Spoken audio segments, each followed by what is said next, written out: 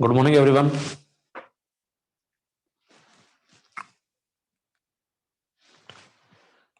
Good morning Saraswati, Saumya good morning, Rajat good morning. आवाज आ रही है क्लियर? आवाज क्लियर आ रही है क्या? ओके।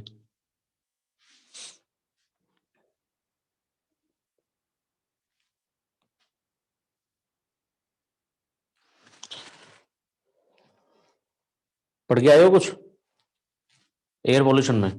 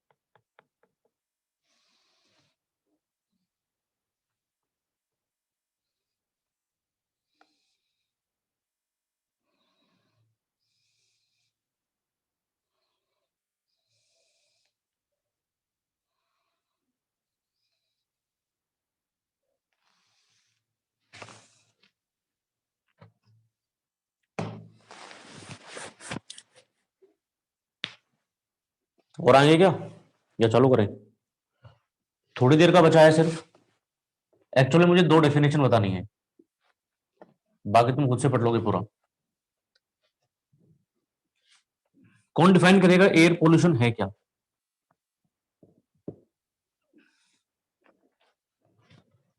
कौन डिफाइन करेगा what is air pollution?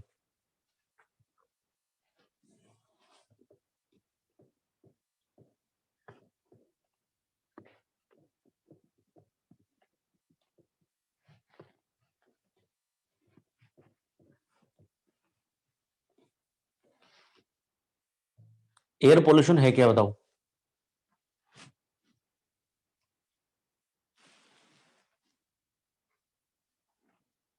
What is air pollution? Any unwanted change? नहीं नहीं, अनवांटेड चेंज नहीं। चेंज क्यों होंगे? चेंज क्यों होंगे?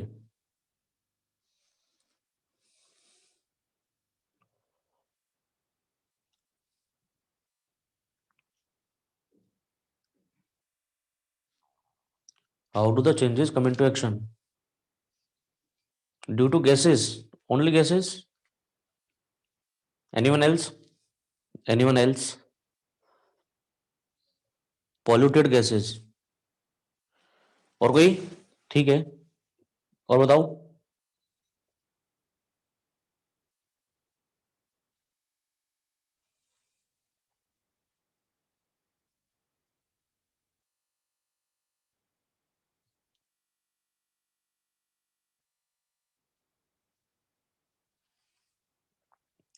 मतलब पढ़ के नहीं आए तुम? मतलब तुम लोग पढ़ के नहीं आए? तुमको बताया था मैंने कि पढ़ के आना चाहिए था। सिर्फ डेफिनेशन पूछ रहा हूँ। Mixture of solid particles. भाई किसी भी एनवायरनमेंट को, किसी भी एयर को पोल्यूटेड कब कहोगे?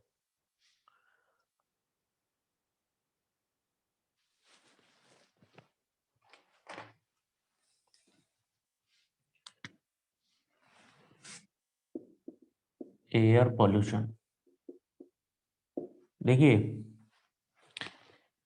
एयर पॉल्यूटेंट होते हैं चाहे वो कुछ भी हो, जरूरी नहीं है कि वो गैसेस ही हो, वो वाटर की ड्रॉपलेट्स भी हो सकती हैं। Air pollution is the mixture of solid particles and gases in the air. Dust, बिल्कुल डस्ट भी हो सकता है। जो एयर पॉल्यूटेंट है, जो एयर पॉल्यूटेंट है, ये एयर पॉल्यूटेंट तीनों फॉर्म्स में होते हैं। ये सॉलिड भी हो सकते हैं, लिक्विड भी हो सकता है, और गैसेस भी हो सकते हैं। जो फॉग होता है ना, फॉग, उसमें लिक्विड की ड्रॉपलेट्स होती है, पानी की ड्रॉपलेट होती है, वो भी एयर पॉल्यूटेंट है, वो भी एयर पॉल्यूशन का काम करता है। सॉलिड में तो बहुत सारी चीजें आ जाती हैं, फ्यूम्स आ जाते हैं, फ्लूम आ जाते हैं, तुम्हारे डस्ट आ जाती है ना, बहुत सारी चीजें आ जाती हैं।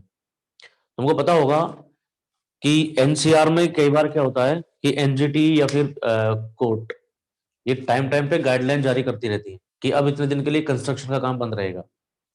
कंस्ट्रक्शन से जो धूल के कण हैं, जो डस्ट के पार्टिकल्स हैं, वो डस्ट के पार्टिकल्स ना उड़े अगर कंस्ट्रक्शन का काम बंद रहेगा तो। या फिर वो ऐसा कहते हैं कि अगर कंस्ट्रक्शन होता होता है तो किसी शेडेड काम में हो, शेडेड एरिया में हो, मतलब कंस्ट्रक्शन के काम को शेड किया जाए, या तो जैसे एयर पोल्यूटेंट उठेंगे और वहीं पे गिर जाएंगे। तो सॉलिड में हमारे पास बहुत सारी चीजें हो सकती हैं, लिक्विड में हो सकती हैं और गैसेस में हो सकती हैं। डिपेंड करता है कि ये जो एयर पोल्यूटेंट है, ये एयर पोल्यूटेंट कितने टाइम तक उस सराउंडिंग एनवायरनमेंट में रहते हैं, कितने ड्यूरेशन तक सराउंडिंग एनवायरनमेंट में रहते हैं, इनकी कैरेक्टरिस्टिक क्या है, इनकी कैरेक्टरिस्टिक क्या है और इनका अमाउंट क्या है। अगर ये पर्याप्त टाइम तक पर्याप्त अमाउंट में एनवायरनमेंट में है या एयर में है, जिसकी वजह से किसी भी लिविंग थिंग को या नॉन लिविंग थिंग को नुकसान पहुंच सकता है, उस कंडीशन को बोलते हैं हम एयर पॉल्यूशन। उस कंडीशन को मैं बोलता हूं एयर पॉल्यूशन। तुम्हारे पास नोट्स हैं, ये चीज आप पढ़ लेना कि कौन कौन से प्राइमरी एयर पोल्यूटेंट हैं, कौन कौन से सेकेंडरी एयर पोल्यूटेंट हैं, किस गैस से या किस चीज से किसको ज्यादा फायदा होता है, किसको नुकसान होता है। ठीक है ना, ये चीज मैं नहीं पढ़ाऊंगा आपको, ये चीज तुमको खुद पढ़नी पड़ेगी। ये बेसिक एनवायरनमेंट की चीजें हैं जो हम बचपन से पढ़ते आ रहे हैं, ये हम बचपन से पढ़ते आ रहे हैं वो चीजें। मैं सिर्फ यहाँ पर डेफिनेशन लिख रहा हूँ एनवायरनमेंट की, सॉरी, पॉल्यूशन की। ये चीजें हम बचपन से पढ़ते आ रहे हैं। Air pollution, ozone layer depletion क्या है, ग्रीन हाउस इफेक्ट क्या है, एसिड रेन क्या है, ये हमारे लिए नई चीज नहीं है। जो नई चीज है वो मैं आपको बताऊंगा। Air pollution can be defined as air pollution can be defined as can be defined as the presence of can be defined as the presence of one or more air contaminants, presence of one or more contaminants,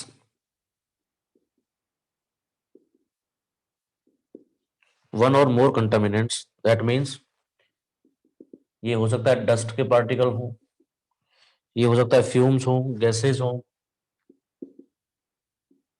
fumes हो, gases हो, और mist हो, fog हो, है ना, smoke हो, कुछ भी हो सकता है, बहुत सारी चीजें होती हैं। हमारे नोट्स में लिखा हुआ है।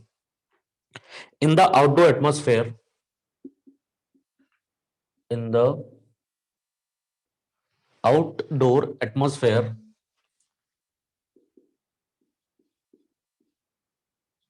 in the outdoor atmosphere in sufficient quantities,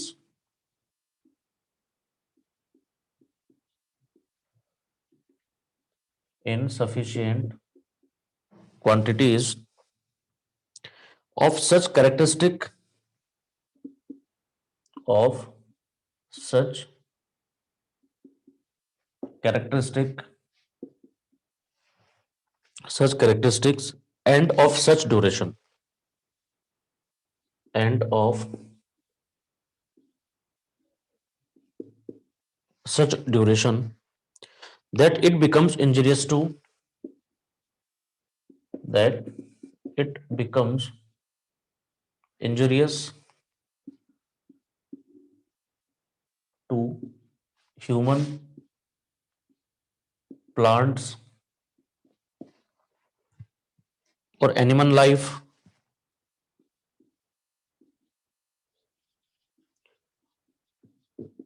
etc., and also interferes with and interferes with interferes with the comfortable enjoyment of life and property, with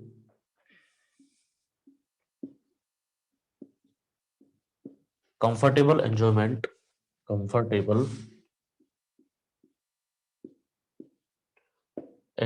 of life and property, ये डेफिनेशन है इसका, कि अगर कोई भी एयर पोल्यूटेंट, एयर कंटामिनेंट है air में, इतनी मात्रा में है, इतने समय के लिए है, इस करेक्टरिस्टिक का है, जिससे किसी भी चीज को नुकसान पहुंच सकता है, that condition is your air pollution.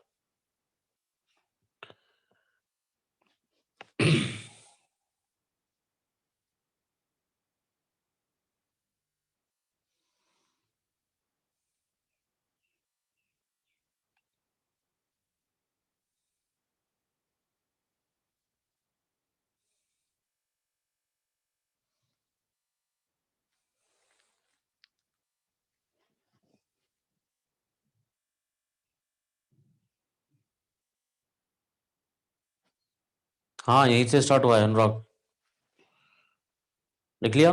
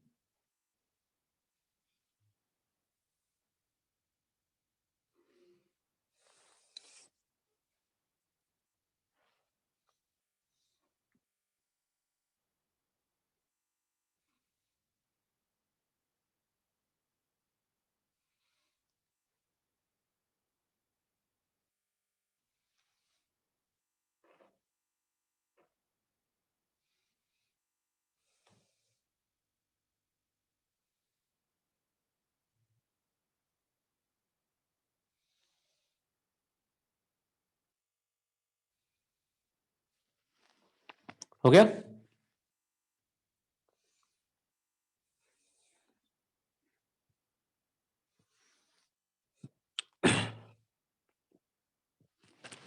मैं आपको सिर्फ बताऊंगा लैप्स रेट, लैप्स रेट क्या है, क्योंकि बाकी एयर पॉल्यूटेंट के बारे में बचपन से पढ़ते हैं, तुम पढ़ लोगे, पढ़ने से हो जाएगा, एक बार रीडिंग मार लोगे तो भी हो जाएगा। लैप्स रेट, लैप्स रेट के बारे में सुना है किसी ने?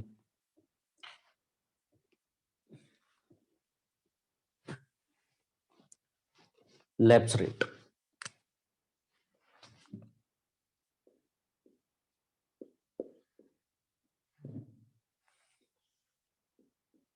लैप्स रेट, देखिए लैप्स रेट का मतलब क्या है, कि जैसे जैसे हम हाइट पे जाते जाते हैं, वैसे वैसे टेम्परेचर कम होता जाता है। जैसे जैसे अब ये जो टेम्परेचर की रेट है कम होने की, हम दो चीजों के बारे में देखेंगे, एक एनवायरमेंट के बारे में देखेंगे, एक एनवायरमेंट के बारे में देखेंगे, एक पॉल्यूटेंट के बारे में देखेंगे, एक पॉल्यूटेंट के बारे में देखेंगे। तो एनवायरमेंट और पॉल्यूटेंट दोनों का, अब यहां पे पॉल्यूटेंट का मेरा मतलब होगा गैसेस से, यहां पे पॉल्यूटेंट का मतलब होगा गैसेस। तो एनवायरमेंट और पॉल्यूटेंट दोनों का, जैसे जैसे ऊपर जाते जाते हैं ये, वैसे वैसे टेम्परेचर कम होता जाता है। क्या कारण हो सकता है इसका, अगर किसी को पता हो तो, कि हाइट पे जाते जाते टेम्परेचर कम क्यों होता है, टेम्परेचर कम क्यों होता है, जैसे जैसे आप हाइट पे जाओगे वैसे टेम्परेचर कम क्यों होगा? एनीवन?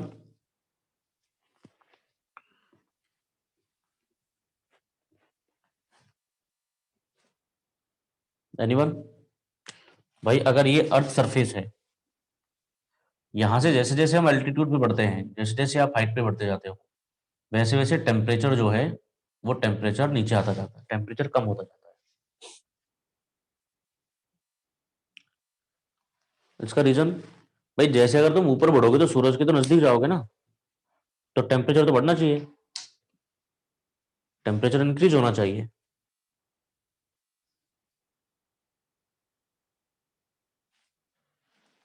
देखिए होता क्या है, धरती, जो सनरेज आती है, इन सनरेज के सिर्फ आने की वजह से गर्म नहीं होती। तो ग्राउंड से दूर होते जाते हैं तो क्या होता है? तो वही तो मैं कह रहा हूं ना, ग्राउंड से दूर होते जाओगे तो टेम्परेचर कम होगा। क्यों कम होगा ये पूछ रहा हूं मैं तो। जो सन से सनरेज आएंगी उसकी वजह से धरती गर्म नहीं होती है। उसकी वजह से धरती गर्म नहीं होती है। जब सनरेज आ रही होती है तो ये धरती क्या करती है, इनको एब्जॉर्ब करती है। एब्जॉर्ब करने के बाद ये रिफ्लेक्ट कर देती है, इन सनरेज को वापस से रिफ्लेक्ट कर देती है। रिफ्लेक्ट कर देती है। जो एब्जॉर्ब रह गई इस पे, इस धरती पे जो एब्जॉर्ब रह गई उसके कारण गर्म होता है। अब ये डिपेंड करेगा कि किस चीज की एब्जॉर्प्शन कैपेसिटी ज्यादा है। जिस चीज की एब्जॉर्प्शन कैपेसिटी ज्यादा है तो वो ज्यादा गर्म रहेगा, अगर कम है तो कम गर्म रहेगा। जैसे जैसे हम ऊपर जाते जाते हैं तो क्योंकि सबसे ज्यादा जो कंसंट्रेशन है एब्जॉर्प्शन का, वो कंसंट्रेशन है अर्थ सरफेस के आसपास। क्योंकि बहुत सारे तरीके की ग्रीन हाउस गैसेस होती है हमारे पास, तो वो एंट्रैप्ट तो करने देती है सनरेज को, लेकिन बाहर नहीं जाने देती। तो वे वो एक क्या है, परमेबल सा ब्लैंकेट बन जाता है जिसमें सनरेज आ सकती है लेकिन जा नहीं सकती। इसी को फिर ग्रीन हाउस इफेक्ट बोलते हैं। अगर इसका इफेक्ट ज्यादा हो जाए तो, उस तरीके की गैसेज अगर ज्यादा हो जाए जैसे कार्बन डाइऑक्साइड है, मीथेन वगैरह इस तरीके की चीजें, तो ये क्या करती है, सनरेज को आने देती है लेकिन एब्जॉर्ब करके रख लेती है, बाहर नहीं जाने देती। तो इस अर्थ लेयर के आसपास, इस अर्थ सरफेस के आसपास जो एब्जॉर्प्शन है वो बहुत ज्यादा होता है। अर्थ सरफेस के आसपास जो कंसंट्रेशन है वो सबसे ज्यादा होता है।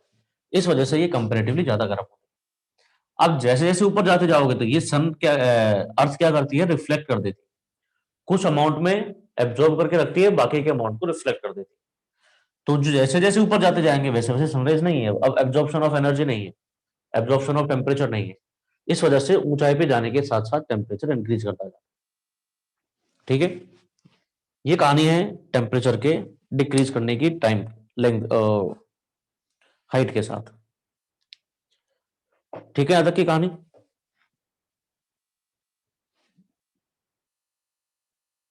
ठीक है, कि अर्थ कितना एब्जॉर्ब करती है सनरेज, मतलब जैसे ही सनरेज पड़ी वो रिफ्लेक्ट हो जाएंगी, तो जितनी ज्यादा रिफ्लेक्ट होगी उतना ही कम टेम्परेचर होगा। लेकिन आजकल हमारे पास टेम्परेचर ज्यादा होता है। इसका रीजन क्या है, ग्रीन हाउस गैसेज। इसका रीजन ग्रीन हाउस गैसेज है। मैं इसकी डेफिनेशन लिख देता हूं पहले, फिर ये दो तरह की होती है लेफ्ट साइड, उनके बारे में देखेंगे। In the troposphere, in the troposphere, in the troposphere, the temperature of surrounding air, the temperature of surrounding air,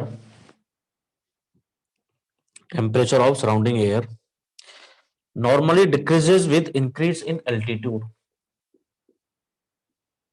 Normally decreases in, normally decreases with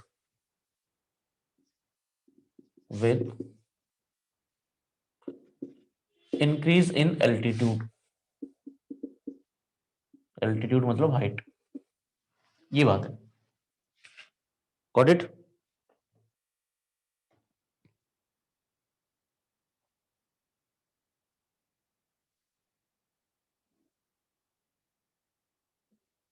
gate में जनरली क्वेश्चन कम आते हैं, सीवीएस से ज्यादा आएंगे तुम्हारे पास, सीवीएस ट्रीटमेंट से ज्यादा होंगे। अब यहां पे दो तरीके की लैप्स रेट है। एक होती है एनवायरमेंटल लैप्स रेट, एक होती है एनवायरमेंटल लैप्स रेट। इसको बोलते हैं ELR, environmental lapse rate, ELR। इस ELR में क्या होगा, ये वेरी कर सकती है अलग अलग जो एटमॉस्फेयर है उसके हिसाब से। अगर आप जैसे जम्मू कश्मीर में हो, वहां हो सकता है ELR की रेट अलग हो। अगर आप कहीं दूसरी जगह हो, वहां ELR की रेट कुछ अलग हो। जो सराउंडिंग एटमॉस्फेयर है उस सराउंडिंग एटमॉस्फेयर की में भी डिपेंड कर सकती है। ELR का मतलब क्या हुआ कि जैसे जैसे आप एल्टीट्यूड पे जाते जाओगे, जैसे जैसे आप एल्टीट्यूड पे जाते जाओगे तो किस रेट से टेम्परेचर कम हुआ है, किस रेट से टेम्परेचर कम हुआ है, ये रेट बताता है। ये रेट बताता है। जैसे आप मान लेते हैं 4 किलोमीटर ऊपर चले गए, एल्टीट्यूड पे 4 किलोमीटर चले गए, तुम्हारे टेम्परेचर में कमी आया, मान लेते हैं 40 या 30 डिग्री कमी आया, टेम्परेचर में 30 डिग्री कम हो गया, तो ईएलआर क्या हो जाएगा, 30/4 पर किलोमीटर, 30/4 डिग्री सेंटीग्रेड पर किलोमीटर। इसका पता हम ऐसे लगाते हैं, इसका पता लगाने के लिए एक बैलून लेते हैं, इस बैलून पे एक बैरोमीटर वो लगा देते हैं, ठीक है, टेम्परेचर मेजर करने का। जैसे जैसे एल्टीट्यूड पे जाता जाता है, जैसे जैसे ये सेल्फ रिकॉर्डिंग होता है, ये सेल्फ रिकॉर्डिंग होता है, ये सेल्फ रिकॉर्डिंग मेजरमेंट सिस्टम होता है जो टेम्परेचर को रीड करता रहेगा, किस किस हाइट पे टेम्परेचर कितना रहा होगा वो यहां पर रिकॉर्ड हो जाता है और आपको पता चल जाता है, क्योंकि बैलून तो ऊपर की तरफ जाएगा और कितना ऊपर गया, कितनी ऊंचाई पे जाने के बाद टेम्परेचर में कितना चेंज आया वो आपको रिकॉर्ड करके बता देगा। अब ये जो रिकॉर्ड करेगा टेम्परेचर, ये टेम्परेचर बाहर का होगा या इस गुब्बारे का होगा, ये जो टेम्परेचर रिकॉर्ड करेगा ये बाहर के एनवायरनमेंट का होगा या गुब्बारे का होगा,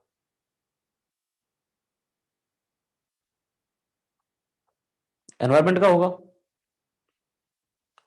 तो ये एनवायरनमेंट का टेम्परेचर बताएगा कि सराउंडिंग जो एनवायरनमेंट है उस एनवायरनमेंट का टेम्परेचर किस तरह से कम या ज्यादा होगा। अब ये कंडीशन अलग अलग हो सकती है, ब्लर किसका और किसी का ब्लर है क्या,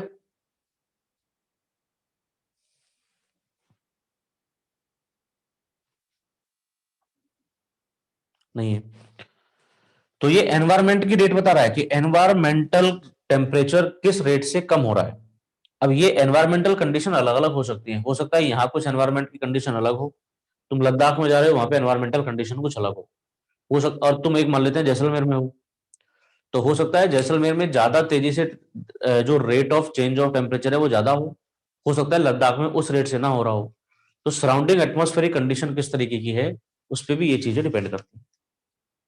ये तो हुआ एनवायरमेंटल लैप्स रेट। एक होता है एम्बिएंट लैप्स रेट, एक होता है ambient lapse rate. Ambient lapse rate बताता है जो एयर मास है, जो एयर मास, अभी मैं यहां पे एयर मास को कह देता हूं पॉल्यूटेंट, मैं इस एयर मास को कह देता हूं पॉल्यूटेंट। जैसे कोई फैक्ट्री है, ठीक है, इस फैक्ट्री से गैस निकली, इस फैक्ट्री से गैस निकली, तो ये पॉल्यूटेंट है, ये गैस है, ये पॉल्यूटेंट है। अब ये हाइट के साथ इसके टेम्परेचर में किस रेट से कमी आती है, इसके टेम्परेचर में किस रेट से कमी आती है वो कहलाता है एम्बिएंट लैप्स रेट और एडियाबैटिक लैप्स रेट।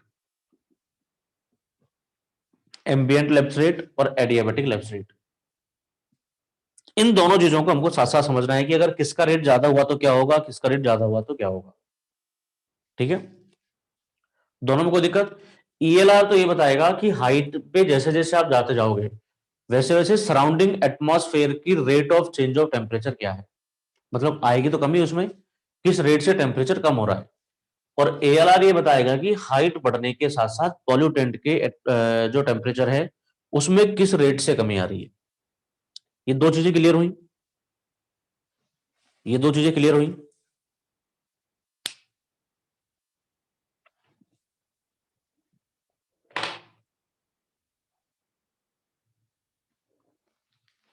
हाँ ना, ईएलआर और एएलआर क्या है,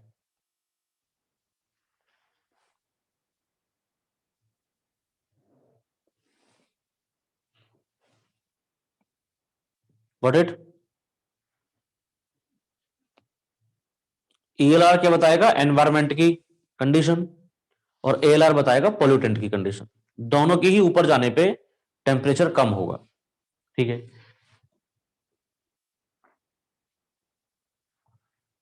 अच्छा तुमने ये चीज तो देख लिया कि जब एनवायरमेंट की हम बात करते हैं तो एनवायरमेंट में टेम्परेचर कम क्यों है ऊपर जाने पे, कोई पॉल्यूटेंट का बता सकता है क्या,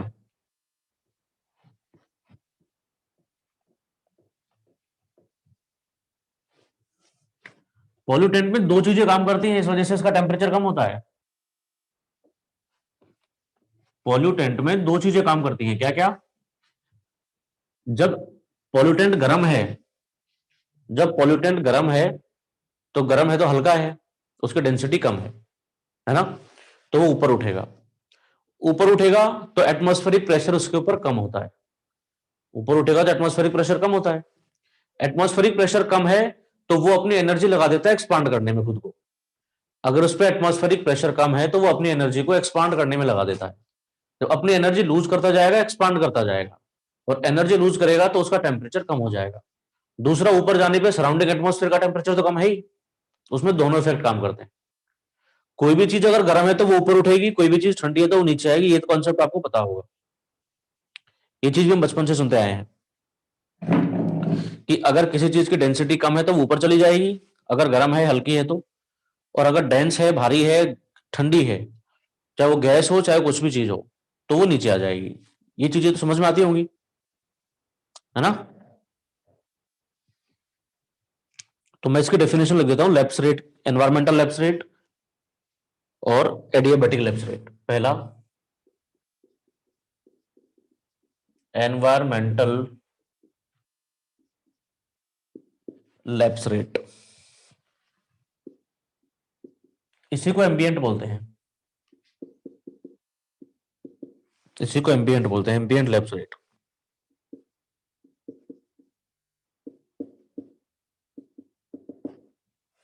एनवायरमेंटल लैप्स रेट और ambient lapse rate.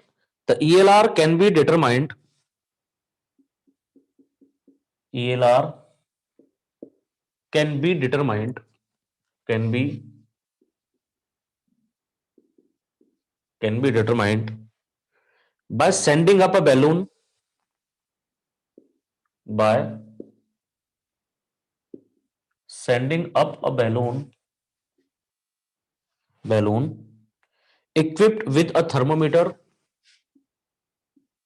equipped with a thermometer,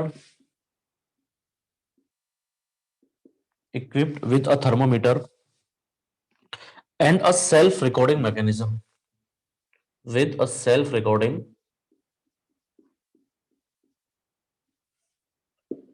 mechanism, self-recording mechanism. The lapse rate so obtained, lapse rate so obtained is known as, is known as, is known as ELR, environmental lapse rate, is this। ठीक है।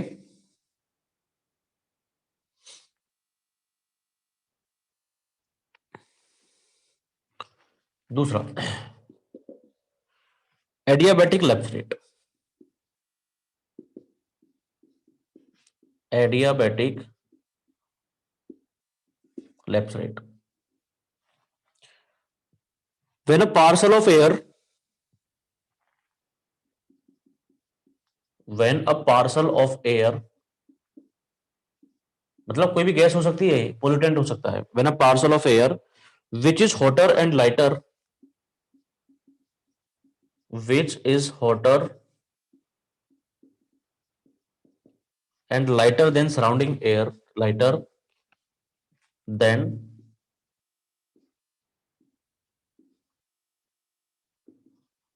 surrounding air, is released, is released, then naturally it tends to rise up, then naturally it tends to rise up, it tends to rise up until it reaches a level। अच्छा, कब तक ऊपर बढ़ेगा मुझे कौन बता सकता है? अगर कोई गैस का पार्सल है जो हॉट है, वो ऊपर जाता जाएगा, कब तक ऊपर जाएगा? कब तक ऊपर जाएगा? Anyone?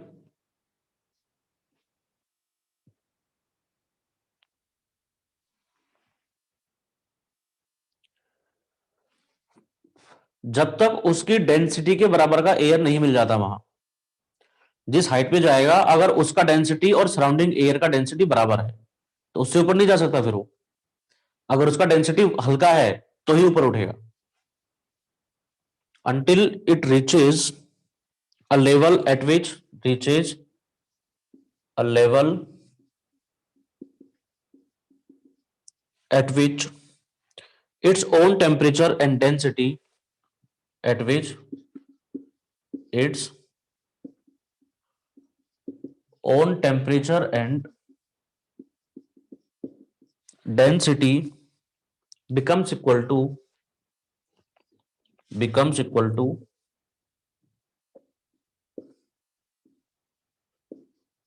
becomes equal to that of surrounding air, that of surrounding air. This rate of decrease of temperature, this rate of decrease of temperature, decrease of temperature is called adiabatic lapse rate, ALR। ठीक है। Dry air के लिए ये होता है, for dry air,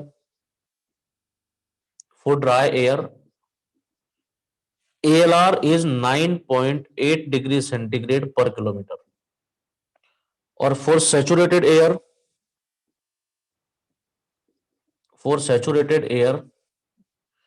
ALR होता है लगभग 6 डिग्री सेंटीग्रेड पर किलोमीटर। अब ना तो हमारे पास एग्जैक्टली सैचुरेटेड एयर होती है 100%, क्योंकि कभी भी एयर में 100% मॉइस्चर नहीं होता है ना। प्रैक्टिकली ये कंडीशन पॉसिबल नहीं है। और ना ही प्रैक्टिकली कभी ड्राई होती है एयर।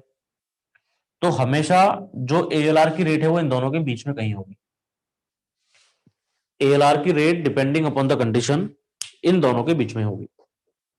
ठीक है, इन दोनों के बीच में होगी।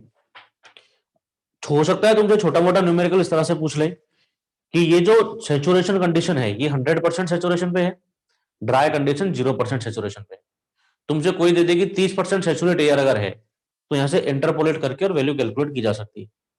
ठीक है, कि कोई पोल्यूटेंट है तो 30% सेचुरेट है तो उसकी एडियाबेटिक लैप्स रेट क्या होगी, तो सिंपली इंटरपोलेट करके आप वैल्यू कैलकुलेट कर सकते हो। Got it? लिखो यहां तक।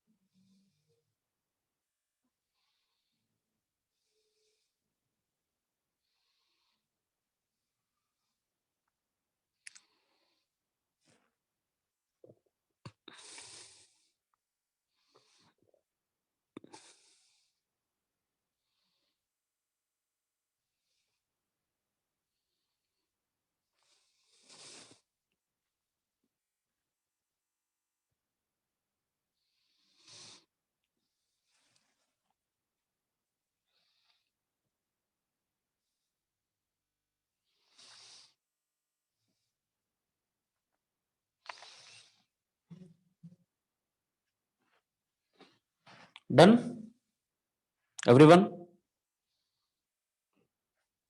एवरीवन?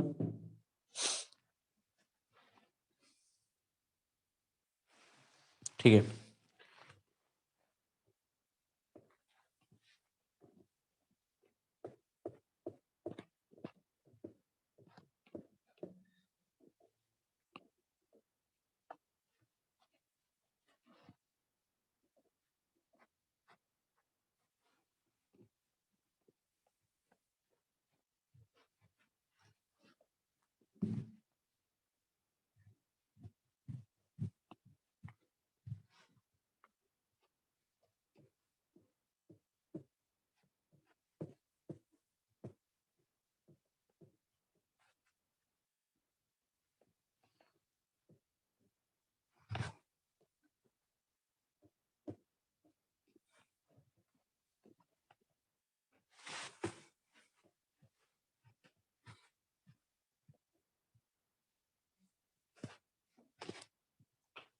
ठीक है।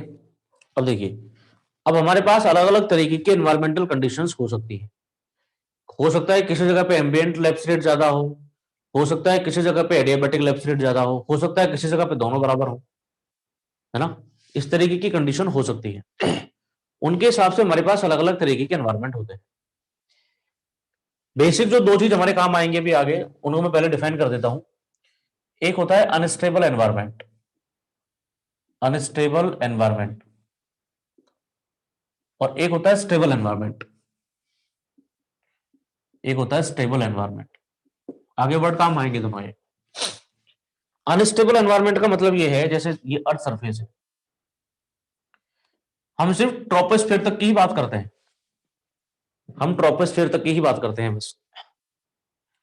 तो अर्थ सरफेस से मान लेते हैं कि दिन का टाइम है, जनरली बहुत गर्मी का टाइम है ना, ये समर डे है, समर डे है। तुमने एक चीज देखी होगी, हमेशा न्यूज़पेपर में पढ़ते हैं हम कि पॉल्यूशन ज्यादा हो गया, पॉल्यूशन ज्यादा हो गया, पॉल्यूशन ज्यादा हो गया।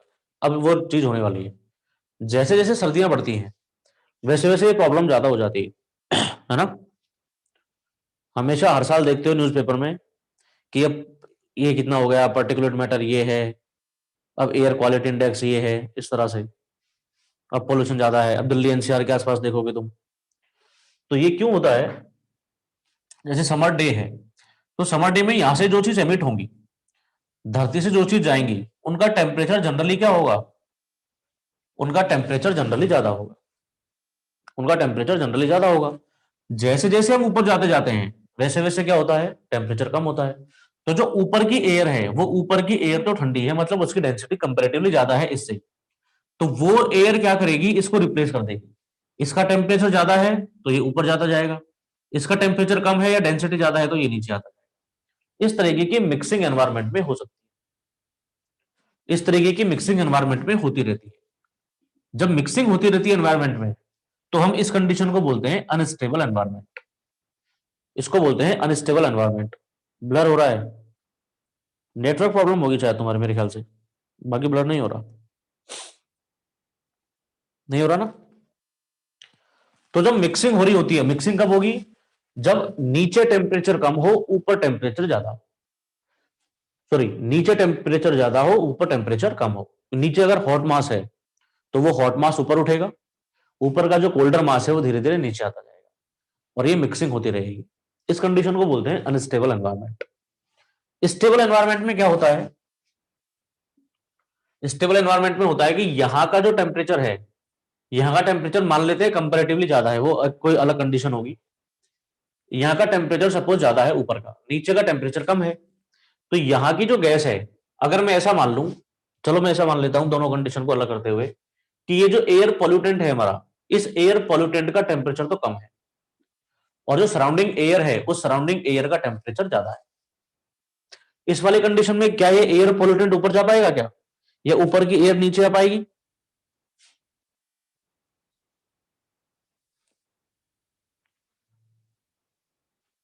नहीं आ पाएगा, तो यहां मिक्सिंग नहीं होगी। इस कंडीशन को बोलते हैं स्टेबल कंडीशन। ये कंडीशन हमारे लिए बेकार होती है, क्यों, क्योंकि अर्थ सरफेस को एस्केप ही नहीं कर पाता है पोल्यूटेंट।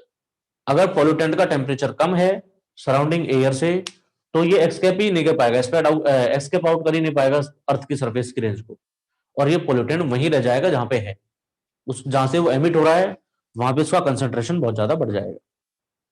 What it. तो ये दो वर्ड काम आएंगे आगे, इस वजह से मैंने तुमको बता दिया अनस्टेबल का मतलब क्या है और स्टेबल का मतलब क्या है। अब जो हमने ईएलआर और एएलआर देखे, इस ईएलआर और एएलआर के हिसाब से अलग अलग तरीके के एनवायरमेंटल कंडीशंस हैं। किसी में ईएलआर ज्यादा है, किसी में एएलआर ज्यादा है। तो पहला हम बात करते हैं super adiabatic lapse rate, super adiabatic lapse rate. Super, पहला कंडीशन, मैं पहले स्टेटमेंट लिख रहा हूं, सुपर एडियाबैटिक लैप्स रेट। पहले मैं स्टेटमेंट लिख देता हूं, स्टेटमेंट लिख लो साथ साथ।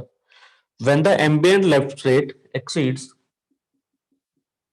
When ambient lapse rate exceeds adiabatic lapse rate. ये तब होता है जब एनवायरमेंटल लैप्स रेट ज्यादा हो एएलआर से। And the atmosphere is said to be highly unstable. Atmosphere is said to be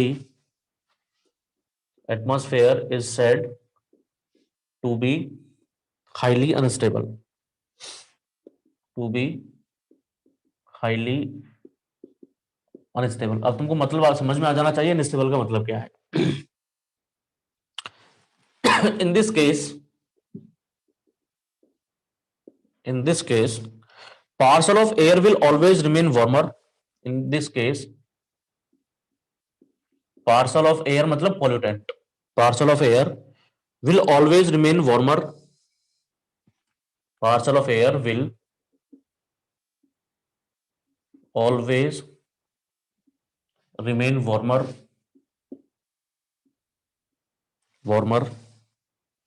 and descending parcel will always remain cooler, and descending parcel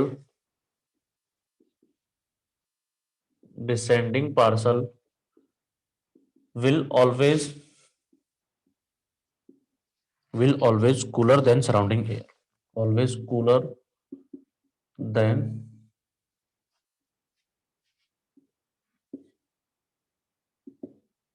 surrounding air. Hence rising parcel will continue to lift up, hence rising parcel will continue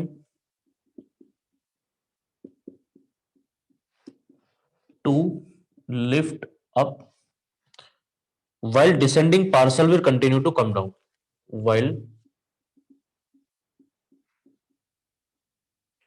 descending parcel will continue descending parcel will continue to come down, continue to come down.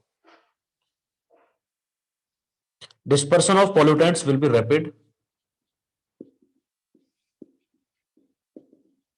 dispersion of pollutants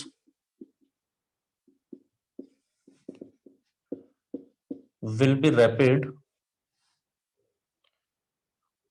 due to vertical mixing, rapid due to vertical mixing of the air, vertical mixing of the air make the environment unstable, of the air makes the environment unstable।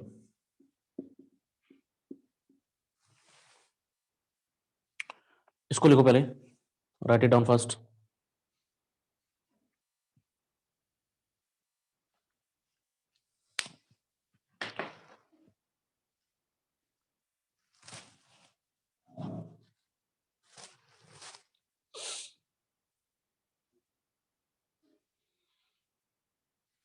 बस मुझे environmental condition ही बतानी थी इसमें।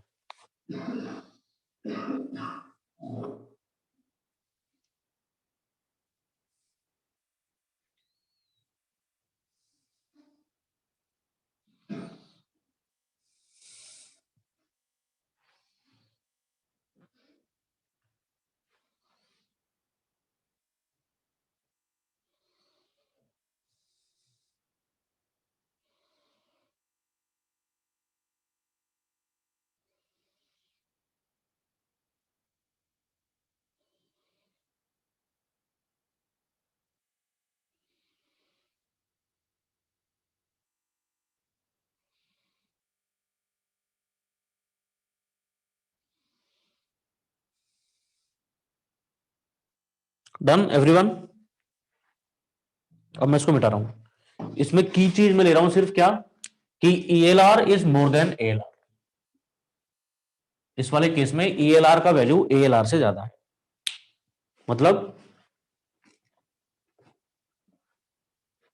मतलब air का जो parcel है उस एयर के पार्सल का rate of change of temperature कम है एयर की बजाय।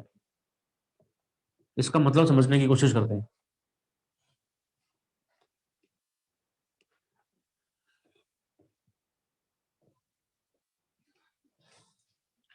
अगर मैं कोई ग्राफ प्लॉट करूं, मान लो अगर मैं कोई ग्राफ प्लॉट करता हूं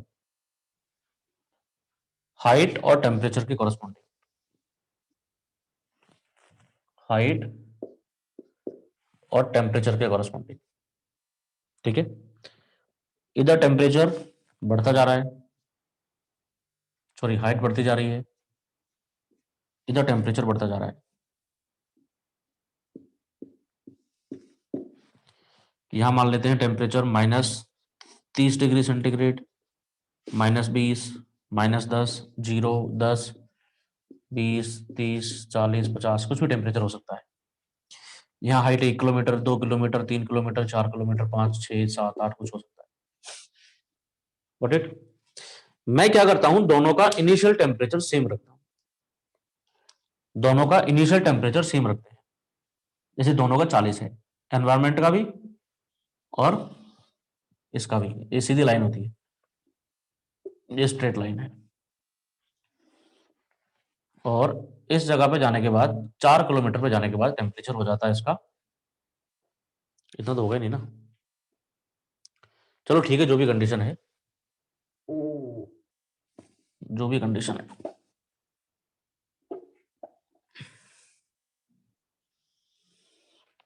ये स्थिति हो गई मान लो, है ना। ये मैं बताता हूं ई एल आर है, ये ई एल आर है। दूसरा एक और बताता हूं, वो ए एल आर है। दोनों का इनिशियल टेम्परेचर सेम है और ये स्लोप कुछ इस तरह से जाता है, ये ए एल आर है। मतलब समझ में आया दोनों का। हम लैप्स रेट कैलकुलेट कैसे करेंगे भाई, इसमें कितना ट्रेवल किया, यहां पे टेम्परेचर 40 था और इसने कॉरेस्पॉन्डिंग ट्रेवल किया कितना, 4 किलोमीटर। 4 किलोमीटर पे इसका टेम्परेचर कितना हो गया, -20, -20 हो गया। तो ईएलआर क्या हुआ यहाँ पे ईएलआर क्या हुआ, टेम्परेचर बाय हाइट। टेम्परेचर कितना, 20 और 40, 60, 60 हो गया ना टेम्परेचर, 10, 20, 30, 40, 50, 60।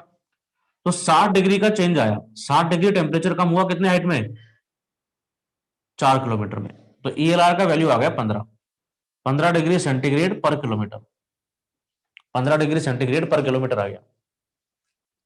एएलआर का देखो, एएलआर में क्या हुआ, इस पार्सल ने 6 किलोमीटर का ट्रेवल किया और इसका टेम्परेचर 0 डिग्री है, 6 किलोमीटर पे टेम्परेचर 0 डिग्री। तो इसने कितना ट्रेवल किया, 6 किलोमीटर, और टेम्परेचर में चेंज कितना आया, 40 का। तो जो एएलआर है, एएलआर कितना हो जाएगा, 40 डिग्री सेंटीग्रेड बाय 6, तो 6 पॉइंट समथिंग, 6.6 क्या डिग्री सेंटीग्रेड पर किलोमीटर, ये एएलआर है। ये चीज समझ में आ गई, यहां पे ये चीज समझ में आ गई। अब मुझे ये बात बताओ, इन दोनों को अगर मैंने इनिशियल टेम्परेचर सेम रखा, अगर मैंने इनिशियल टेम्परेचर सेम रखा, तो हर जगह पे टेम्परेचर किसका ज्यादा होगा,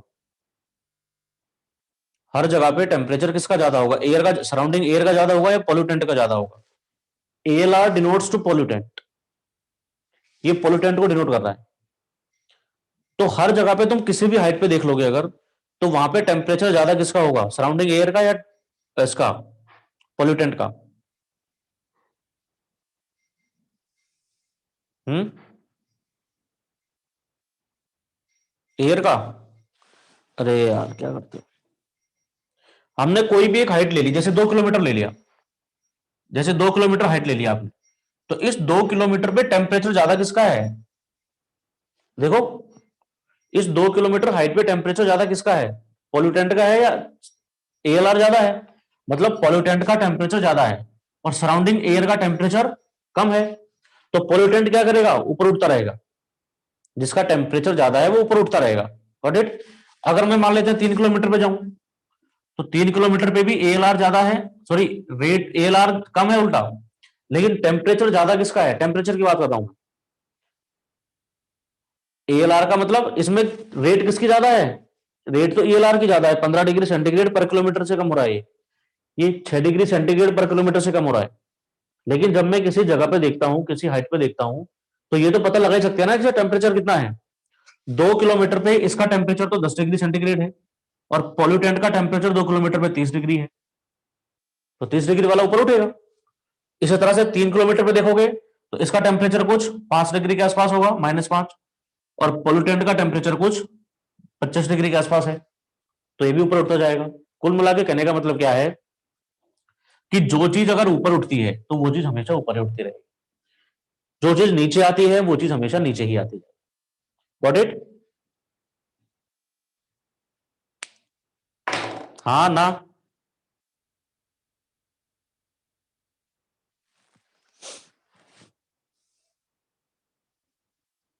समझ में आ गया ये?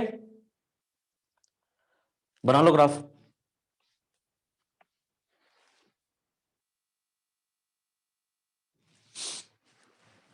तो ये वर्टिकल मिक्सिंग हो रही है, नीचे से पोल्यूटेंट ऊपर की तरफ जा रहा है, ऊपर का एयर हैवी है पोल्यूटेंट से, तो जो पोल्यूटेंट जिस जगह में होके जाएगा उस जगह को ऑक्यूपाई कर लेगा ऊपर का हैवियर एयर। तो इस तरह से मिक्सिंग होती रहेगी, इस तरह से मिक्सिंग होती रहेगी।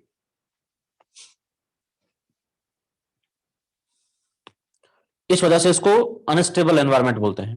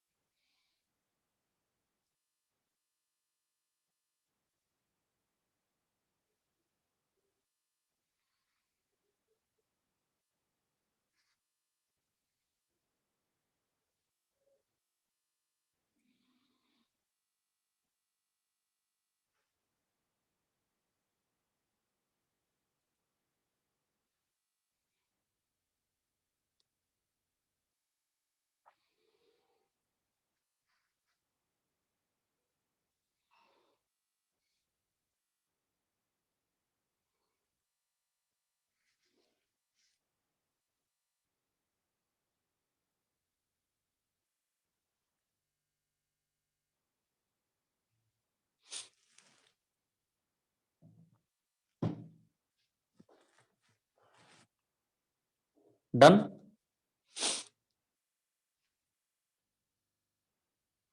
मैंने ये कंडीशन तुमको समझाने के लिए कंसिडर की है कि दोनों का टेम्परेचर एक ही है। हो सकता है दोनों का टेम्परेचर अलग अलग भी हो, तो अभी हम ये देख लेंगे कि किस हाइट पे किसका टेम्परेचर ज्यादा है, किसका टेम्परेचर कम है। जिसका ज्यादा है वो ऊपर उठेगा, जिसका कम है वो नीचे चला जाएगा।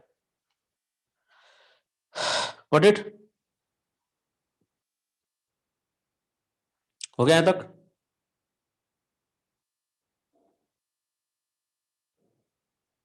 मिटा दूं?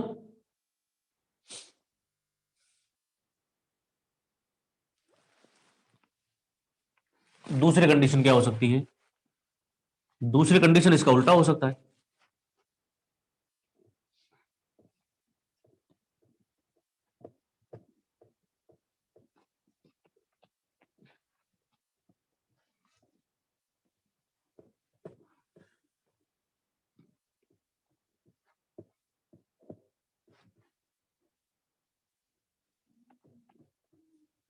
दूसरा कंडीशन इसका उल्टा होगा। सब एडियाबेटिक लैप्स रेट। दूसरा है सब एडियाबेटिक लैप्स रेट। इस वाले केस में उल्टा हो जाएगा। इस वाले केस में एएलआर का वैल्यू ज्यादा है ईएलआर से। ठीक है?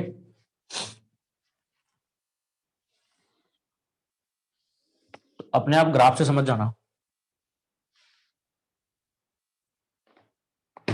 अब मैं वापस कैलकुलेशन नहीं करूंगा, मैं दो ग्राफ बना रहा हूं सिर्फ, इधर हाइट, इधर टेम्परेचर। एक ग्राफ मैंने ये बनाया और यहीं से ये दूसरा ग्राफ बनाया। ग्रीन वाला ग्राफ किसका है बताओ? एएलआर का है या ईएलआर का है? ये जो ग्रीन वाला ग्राफ दिख रहा है ये किसका है?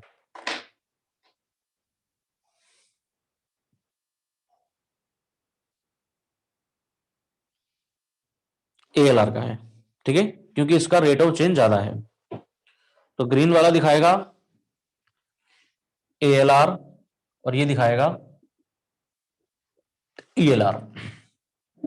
तुम किसी भी हाइट पे चेक कर लो अगर,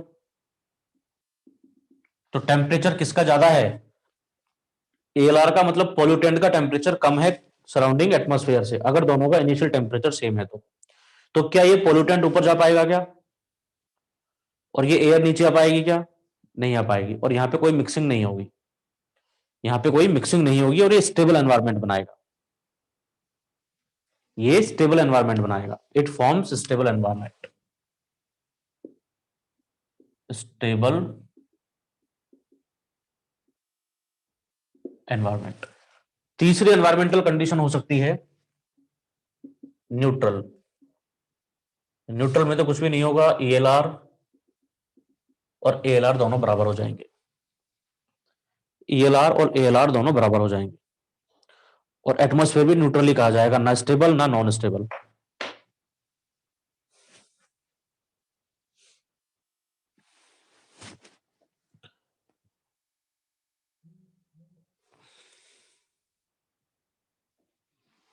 गॉट इट?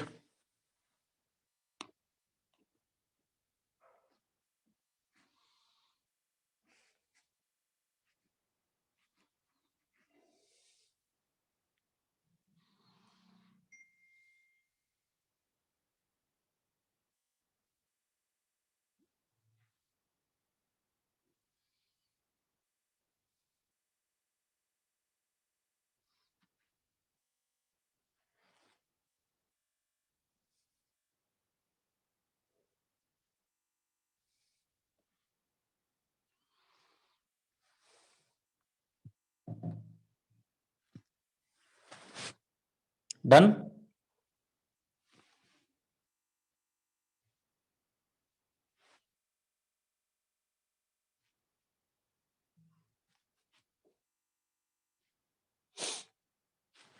लास्ट लिखिए एक, negative left rate and inversion. Negative left rate,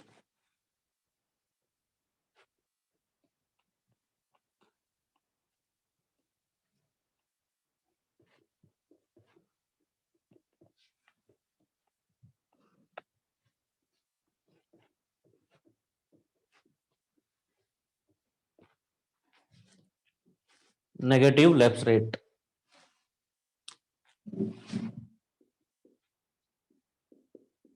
इसका मतलब क्या होता होगा? नाम में लिखा है, कोई बता सकता है नेगेटिव लेफ्ट रेट का मतलब क्या हो सकता है? लेफ्ट रेट का मतलब था हाइट के साथ टेम्परेचर में कमी आना, तो इसका नेगेटिव इफेक्ट क्या होगा कि हाइट के साथ टेम्परेचर बढ़ना। ये अनयूजुअल कंडीशन है, ये बहुत ज्यादा देर के लिए, बहुत ज्यादा दिन के लिए प्रिवेल नहीं करती है। अभी बताऊंगा है क्या, स्टेटमेंट में लिख देता हूं पहले। When the temperature of the environment, when temperature of environment, when temperature of environment increases with altitude, increases with altitude, increases with altitude, then the lapse rate becomes negative lapse rate. Then lapse rate becomes negative lapse rate, or inverted lapse rate becomes negative or inverted lapse rate. Inverted lapse rate. देखिए, what is the matter of fact is it? What is the matter of fact here? हमारे पास earth surface है, ये generally होता है winter nights में, ये generally होता है विंटर नाइट्स में। अब हुआ क्या, जब दिन था, दिन के टाइम में तो ये जो अर्थ सरफेस है, इस अर्थ सरफेस ने जो सन रेज है उनको एब्जॉर्ब कर लिया, सन रेज को एब्जॉर्ब कर लिया। जब तक सन रेज आ रही थी तब, जिस चीज की कैपेसिटी जितनी ज्यादा एब्जॉर्ब करने की होती है उतनी ज्यादा रिफ्लेक्ट करने की भी होती है। है ना? तुमने ये चीज देखा होगा, ये सुना होगा या पढ़ा होगा। जैसे ब्लैक कलर है, तो ब्लैक कलर जितना एब्जॉर्ब करता है उतना रिफ्लेक्ट भी करता है। अब हम अगर दो चीजों को कंपेयर करके देखें यहाँ पे, एक तो तुम्हारे पास अर्थ की सरफेस है, दूसरा तुम्हारे पास सराउंडिंग एयर है। दोनों में से एब्जॉर्प्शन कैपेसिटी किसकी ज्यादा होती है, अर्थ की या एयर की? दोनों में से एब्जॉर्प्शन कैपेसिटी किसकी ज्यादा होती है, अर्थ की या एयर की?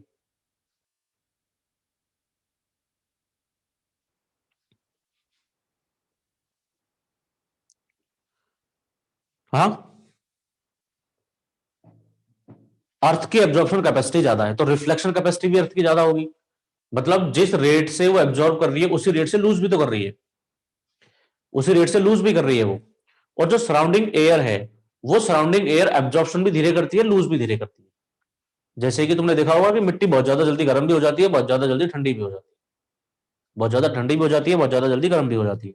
तो सराउंडिंग एयर जो है वो लेट से गर्म होती है और देर से ही ठंडी होती है। अब विंटर नाइट्स में क्या होता है, नाइट्स में अर्थ जो है वो एनर्जी लूज कर चुका होता है, मतलब जो हीट है वो हीट लूज कर चुका होता है। लेकिन जो आसपास की एयर है, इसके ऊपर आगे बढ़ोगे जैसे, तो वो एयर अभी एनर्जी लूज नहीं किया या हीट को लूज नहीं किया।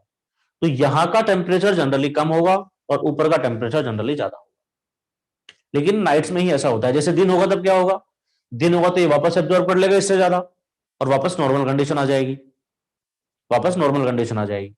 तो ये विंटर नाइट्स में ऐसा होता है। अब ये एनवायरमेंट स्टेबल होगा या अनस्टेबल होगा, ये मुझे बता दो। ये एनवायरमेंट स्टेबल होगा या अनस्टेबल होगा? स्टेबल कब होता है, जब नीचे की, अनस्टेबल कब होता है, जब नीचे की चीज ऊपर चली जाती है, ऊपर की चीज नीचे आ जाती है।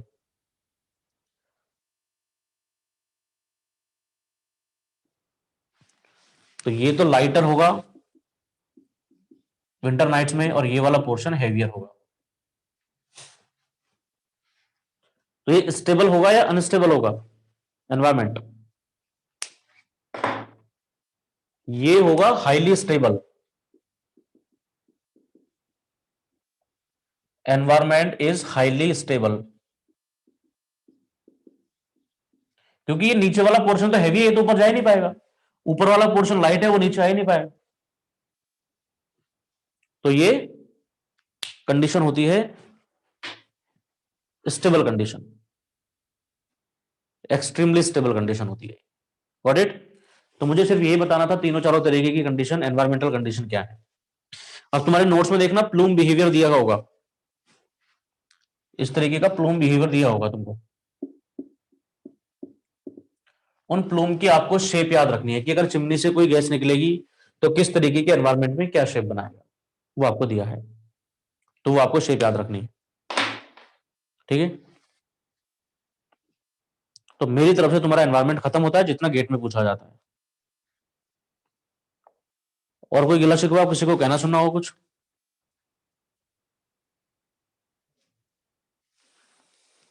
हम्म।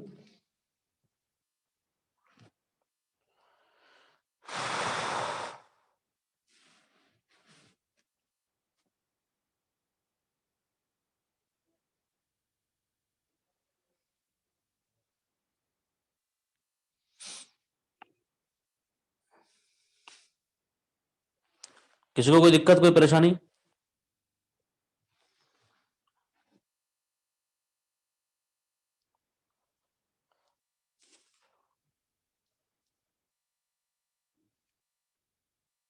This is all from my side. चलो ठीक है, बंद करते हैं। किसी लोगों को पेपर भी है, पेपर दो। मेरी तरफ से खत्म हो गया है। ओके, सो गुड बाय और ऑल द बेस्ट तुम्हारे एग्जाम के लिए।